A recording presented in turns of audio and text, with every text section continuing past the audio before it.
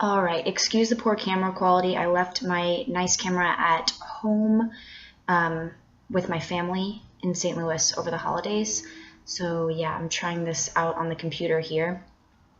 But yeah, I got a request to talk about motivation and how to find it or keep it or restore it if maybe you are struggling to find it in the first place. And so yeah, I just thought I'd share some of my thoughts personally about this. I might do a second post to talk a little more, but so far I was thinking about it, and there are some days that I accomplish more by like 8:05 in the morning than I do in an entire 3-day weekend.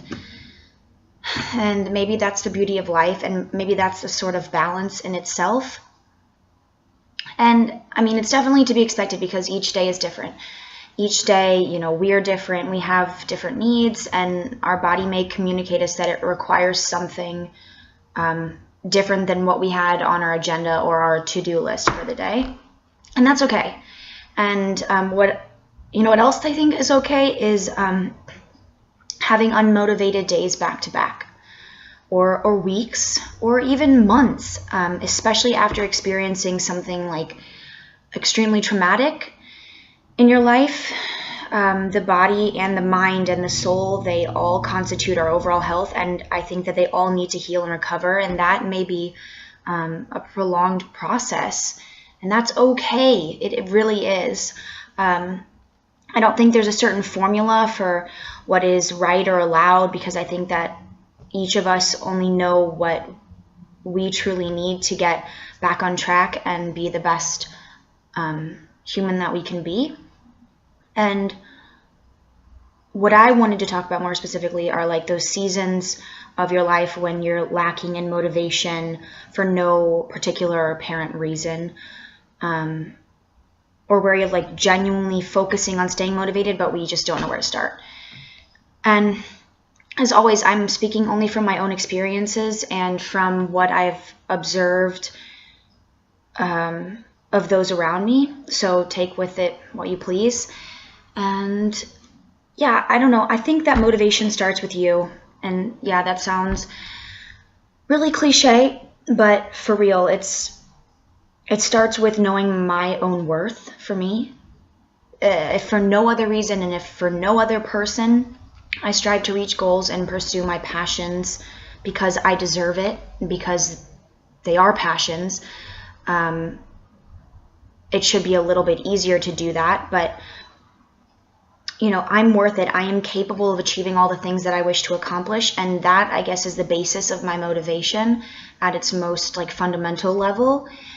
And that's, you know, from that internal and introverted side of me, from that standpoint.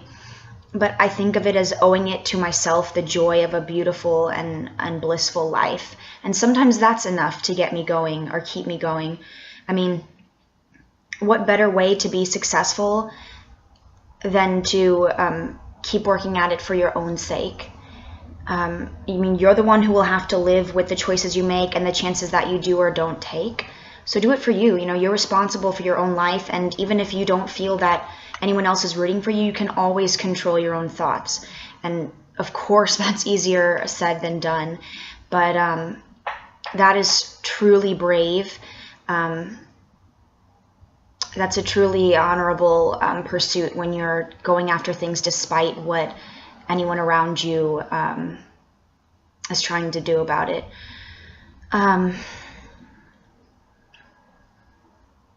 I guess just hang on to, you know, those wise words that you can always choose to root for you, and the world's inability to see your worth does not detract from your innate value as a human. And I mean that for everybody out there. I hope you all believe that.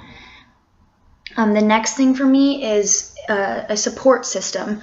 So when your own internal motivation just ain't cutting it, hopefully you do have a support system. Again, not everyone is going to have one, and even fewer have a really strong one. So if you do, then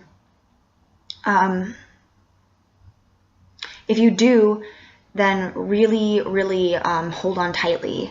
If you don't, you know, keep searching, and you will establish one. It does take time. It requires putting yourself out there, making yourself vulnerable repeatedly. Sometimes you'll give generously and you'll receive little or nothing in return, and that'll hurt.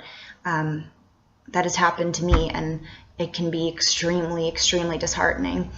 But you keep going, you know. Eventually, though, you'll develop a keener sense for knowing the people who will be there for the long haul and recognizing those people at an earlier point.